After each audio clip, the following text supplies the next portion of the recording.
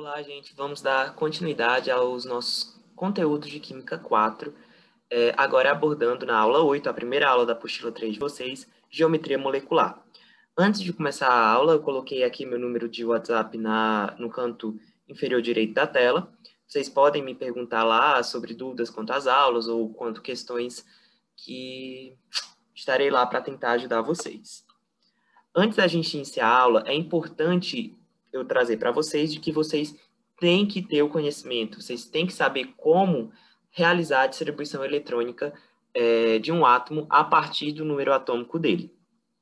Por quê? Porque para vocês conseguirem decifrar qual é a geometria molecular de uma molécula, vocês vão ter que saber quantos elétrons os átomos que compõem aquela molécula apresentam na sua camada de valência.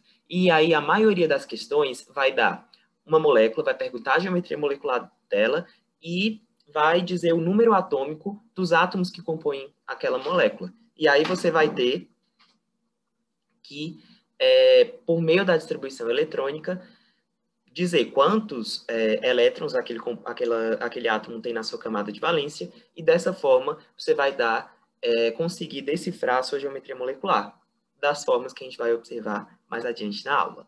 Então, basicamente, a geometria molecular ela é a orientação espacial dos átomos dentro de uma molécula. Os átomos eles vão se ligar entre si de forma que eles vão conseguir obter 8 elétrons na sua camada de valência, né? A famosa regra do octeto. Os átomos eles se ligam para conseguir obter 8 elétrons na sua camada de valência, para conseguir obter a estabilidade. E essa orientação espacial, essa geometria que os átomos vão se pôr dentro de uma molécula, ela é baseada na teoria da repulsão dos pares eletrônicos da camada de valência. Esse nome imenso para essa teoria, na verdade, é só o seguinte: a 99% das moléculas que existem na natureza, você vai ter um átomo central e átomos ao redor dele. Esses átomos eles vão realizar ligações simples, duplas, triplas, com o átomo central. E cada uma dessas ligações vai ser chamada de pares ligantes, ou nuvens eletrônicas. Além disso, o átomo central e os átomos ao redor dele também podem ter pares de elétrons na camada de valência que não vão estar ligados a ninguém, né? Pares de elétrons não ligantes, que também se comportam como uma nuvem eletrônica. E essas nuvens eletrônicas, elas tendem a ficar o mais distante possível entre elas, e assim determinar qual é a geometria que aquela molécula vai possuir. Então, uma nuvem eletrônica nada mais é do que um par de elétrons ligados entre dois átomos, por meio de uma ligação simples, uma ligação dupla, uma ligação tripla, ou então um par de elétrons não ligantes presentes na camada de valência de um átomo. Para vocês conseguirem determinar a geometria molecular, vocês vão ter que fazer o seguinte: vocês vão ter que escrever aquela molécula, representando ela por meio da fórmula eletrônica de Lewis. E o que é isso? Eu coloquei aqui exemplos nos slides. A fórmula eletrônica de Lewis nada mais é do que você colocar o composto e representar quantos elétrons ele possui na sua camada de valência por meio desses pontinhos. E aí, quando um átomo se liga ao outro, você liga esses pontinhos, né? Significando que há uma ligação simples, dupla ou tripla em questão. Por exemplo, o Cl2, ele é uma molécula composta por 2 átomos de cloro. O cloro é um elemento da família 7A, que possui 7 elétrons na sua camada de valência. Então, a gente pontua, né, bota o cloro lá e coloca 7 pontinhos representando esses 7 átomos, esses 7 elétrons na sua camada de valência, desculpa. E esse cloro, ele vai então necessitar de somente mais um elétron na sua camada de valência para poder obter a estabilidade, né, segundo a regra do octeto. Então ele se liga a outro cloro e aí, por meio de uma ligação covalente, ele forma 8 elétrons na sua camada de valência. Assim como a molécula de nitrogênio, né, o nitrogênio, ele é um composto da família 5A, contendo, portanto, 5 elétrons na sua camada de valência. E aí ele vai precisar de 3 ligações. Então, você observa aqui uma ligação tripla entre 2 nitrogênios. Tá? A gente coloca o nitrogênio e botamos 5 pontinhos ao redor desse nitrogênio que representam os elétrons não ligantes. Portanto, eu posso dizer, por exemplo, que nessa molécula de nitrogênio eu tenho uma ligação tripla, certo? E cada nitrogênio ficou com um par de elétrons não ligantes. Na molécula de água, nós temos aí o oxigênio se ligando a 2 hidrogênios e sobrando aí 2 pares de elétrons não ligantes nessa molécula. Assim como eu também coloquei na amônia e no metano. No lado da direita, vocês vão observar que, às vezes, essa fórmula eletrônica de Lewis ela pode se apresentar um pouquinho mais difícil, né? Quando a gente tem ligações dativas, como, por exemplo, com o SO2. No caso do SO2, o enxofre está realizando uma ligação dupla com um oxigênio e ele está emprestando 2 elétrons da sua camada de valência para o outro oxigênio obter a estabilidade. E ainda fica sobrando aí um par de elétrons em cima dele, né? Um par de elétrons não ligantes. Isso é o que a gente chama de ligação dativa, que já foi estudado nas últimas aulas quanto às ligações químicas. A gente também pode observar a ligação do SO3 e do CO. Sabendo disso, vamos agora tentar entender como é essa geometria molecular de cada composto. Então, aqui nós temos algumas formas que a molécula pode apresentar a sua geometria. Moléculas podem apresentar a sua forma linear, trigonal plana, angular, tetraédrica, piramidal, dentre outras. E nós vamos ver cada uma dessas geometrias especificamente agora.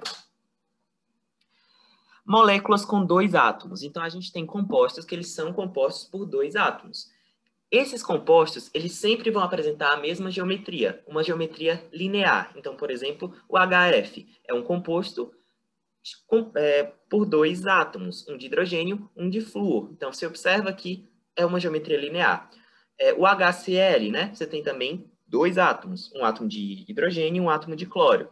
Então, uma geometria linear. O gás oxigênio também é uma molécula dicoatômica, né? Formada de 2 átomos. Então, tem uma geometria linear. Portanto, toda molécula, todo composto que você observar que tem 2 átomos, a geometria dele é linear e as duas nuvens eletrônicas, né, vão apresentar um ângulo de 180 graus entre si. Só que se essa molécula tem 3 átomos, aí nós vamos ter diferentes geometrias lineares dependendo diferentes geometrias moleculares dependendo da quantidade de pares eletrônicos não ligantes que sobraram no átomo central. Então, vocês observam que, por exemplo, nós temos o BeH2. Nós temos um átomo de berílio se ligando a 2 átomos de hidrogênio. O átomo de berílio, ele é da família 2A.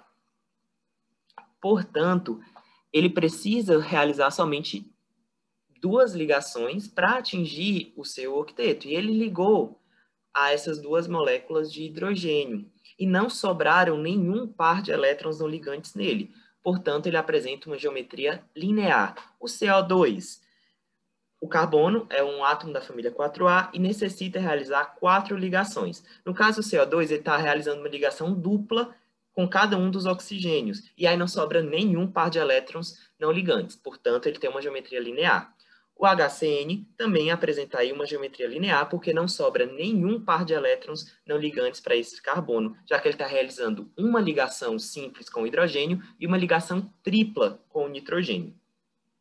Agora, nós temos os exemplos abaixo. Por exemplo, a água. O oxigênio, ele é da família 6A, ele apresenta 6 elétrons, portanto, na sua camada de valência.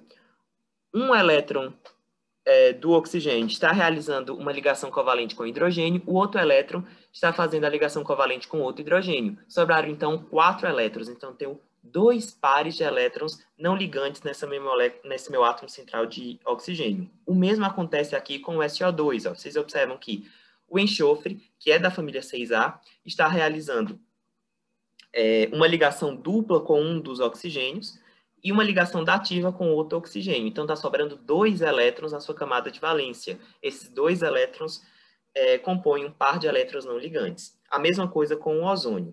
Dessa forma, esses átomos, essas moléculas, elas vão apresentar uma geometria que a gente chama de geometria angular. Ou seja, a geometria angular ela ocorre com moléculas que têm 3 átomos na sua estrutura e o átomo central apresenta pares de elétrons não ligantes. Caso ele não apresente, nós vamos ter aí uma geometria linear. E o ângulo formado? Enquanto a geometria linear, nós temos um ângulo formado entre as nuvens eletrônicas de 180 graus, na geometria angular, esse ângulo formado vai depender se eu tenho um par de elétrons não ligantes de 116,8, se eu tenho dois pares de elétrons não ligantes, como é o caso da água, né? Esse ângulo vai ser de 104 graus e meio. Nós temos aqui uma exceção da regra, né? Nós temos o xenônio ligado a dois fluos. É uma molécula que tem somente 3 átomos, porém, ele não apresenta uma geometria linear, como vocês podem observar. Isso acontece por quê? Porque o xenônio, ele é um gás nobre e ele tem 8 elétrons na sua camada de valência. Então, ele não vai seguir essa regra e não vai ter uma geometria linear ou angular. Aí vamos para as moléculas que têm 4 átomos. Moléculas que têm 4 átomos, também a sua geometria vai depender da quantidade, né, de pares eletrônicos que estão não ligantes que sobraram no átomo central. Por exemplo, se não sobrar nenhum par no átomo central, nós vamos ter uma geometria trigonal plana. A gente observa aqui, por exemplo, pelo BH3. Nós temos o boro como átomo central ligado a 3 átomos de hidrogênio. O boro, ele é da família 3A, ele tem 3 elétrons na sua camada de valência. E esses 3 elétrons estão em ligações com o hidrogênio, né? Com cada um dos hidrogênios. Então, ele não apresenta elétrons sobrando. Ele tem uma estrutura trigonal plana. O SO3 acontece a mesma coisa e o BF3 a mesma coisa, né? Nós não vamos observar aí pares de elétrons não ligantes sobrando, e aí esses compostos de 4 átomos vão ter uma geometria trigonal plana. Agora, se sobrar, aí nós vamos para a trigonal piramidal. Caso nós tenhamos uma molécula de 4 átomos e o átomo central apresente um par de elétrons não ligantes sobrando, nós vamos ter uma geometria trigonal piramidal, como, por exemplo, a molécula de amônia. A molécula de amônia é composta por um átomo de nitrogênio ligado a 3 átomos de hidrogênio. O nitrogênio é da família 5A, portanto, apresenta 5 elétrons na sua camada de valência. Um elétron está em ligação com o hidrogênio, o outro com o outro hidrogênio, e o outro com o outro hidrogênio. Sobraram, então, 2 elétrons. Portanto, eu tenho um par de elétrons que não ligantes na camada de valência desse meu nitrogênio. E aí, eu garanto aí a geometria trigonal piramidal. Ou o PCl3, o fósforo, né, é o átomo central ligado a 3 átomos de cloro. O fósforo também é da família 5A e tem 5 elétrons na sua camada de valência. 3 deles estão ligados cada um a um cloro, vai sobrar 2 que formam aí um par de elétrons não ligantes. Nós temos ainda uma geometria molecular ainda mais confusa, né? Que são moléculas que apresentam 4 átomos na sua estrutura, só que o átomo central apresenta 2 pares de elétrons não ligantes, como, por exemplo, vocês podem observar aí a ligação entre o cloro e 3 átomos de flúor. O cloro é da família 6A, portanto, ele deve ter 6 elétrons na sua camada de valência. Nós temos da família 7A, portanto, ele deve ter 7 elétrons na camada de valência, desculpa. Ele tem 3 elétrons, cada um ligado a um flúor diferente, então sobra 4. Portanto, esse cloro, ele tem 2 pares de elétrons que não estão ligados a ninguém. E aí a gente diz que a geometria dessa molécula é uma geometria em forma de T. Tudo bem? Eu posso estar falando um pouco rápido, mas aí vocês dão uma retornada, vocês observam a tabela, e essa matéria a pessoa só aprende praticando. Vocês pegam uma molécula e vão lá tentando decifrar qual é a geometria que ela apresenta. Então, a gente viu molécula de 2 átomos, sempre é linear. Molécula de 3 átomos, caso não apresente pares de elétrons não ligantes sobrando, a geometria é linear. Caso apresente, a geometria ela é angular. Moléculas com 4 átomos, a gente viu que, caso não apresente pares de elétrons não ligantes sobrando, a geometria é trigonal plana. Caso apresente um par de elétrons sobrando, a geometria ela é piramidal. Caso apresente 2 pares de elétrons sobrando, a geometria é em forma de T. Agora vamos seguir para as moléculas que apresentam 5 átomos na sua estrutura. Essas moléculas, elas também vão ser determinadas pela quantidade, a geometria delas vai ser determinada pela quantidade de pares eletrônicos que está sobrando.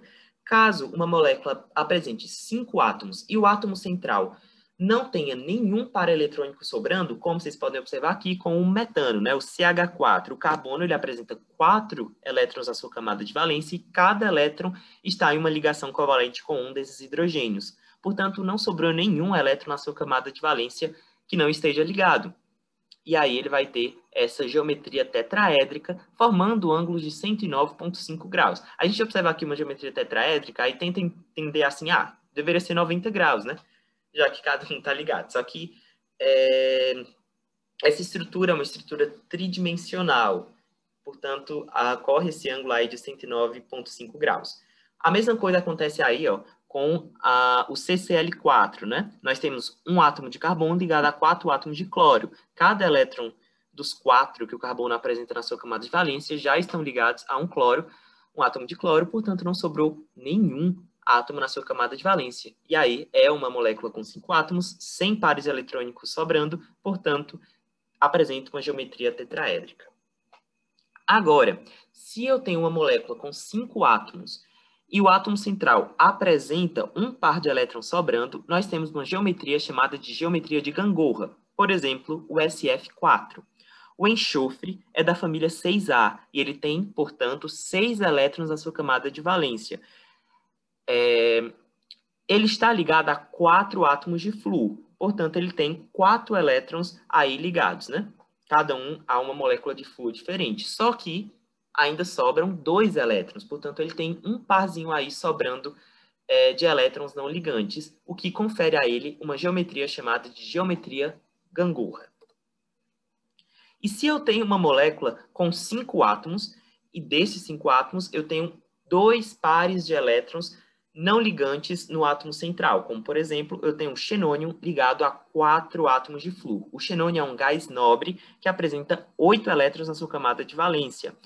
Ele apresenta 4 elétrons nessa camada ligados ao flúor, né? Cada um a um flúor diferente. Portanto, sobraram 4 elétrons. Então, ele tem 2 pares de elétrons que não estão ligados a ninguém.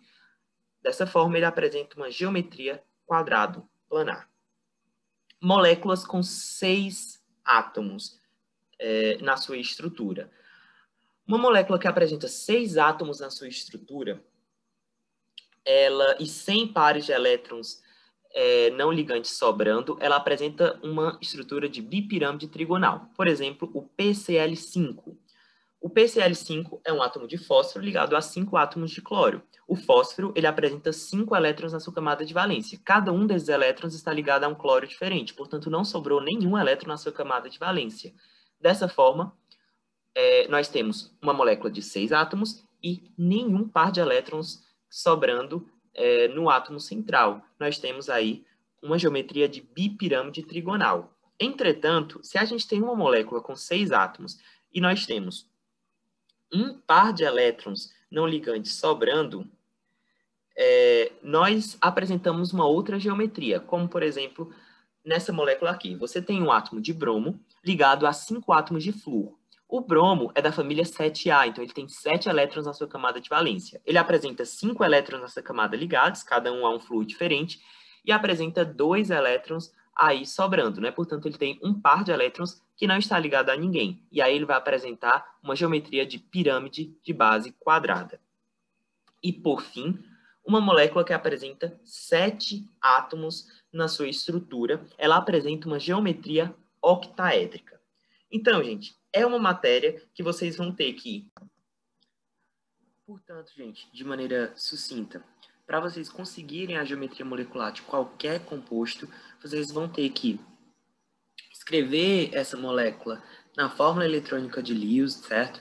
Então, vão fazer as ligações entre os átomos, colocar o número de pares eletrônicos, e aí vocês vão observar quantos átomos a gente tem naquela molécula e quantos pares de elétrons sobrou, o átomo central não ligou eles. Portanto, se nós tivermos 2 átomos na molécula, é linear. 3 átomos, aí se não houver pares eletrônicos, linear. Se houver angular. 4 átomos, ela pode ser sem pares eletrônicos sobrando, trigonal plana. Com par eletrônico sobrando, ela pode ser piramidal. Com cinco átomos e 2 pares eletrônicos não ligantes sobrando, ela seria a fórmula de T. Em 5 átomos, nós teremos nenhum par eletrônico sobrando, tetraédrica, um par eletrônico sobrando, geometria de gangorra, 2 pares eletrônicos sobrando, quadrado planar.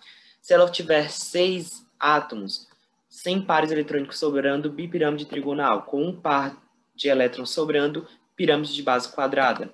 E se a molécula for de 7 átomos, ela será octaédrica. Então, vocês seguindo essas dicas, conseguindo desenhar as moléculas na fórmula eletrônica de Lewis, vocês vão conseguir determinar essa geometria molecular.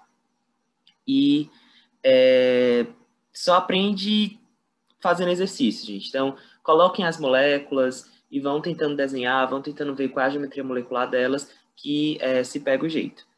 Então, a gente se vê na próxima aula.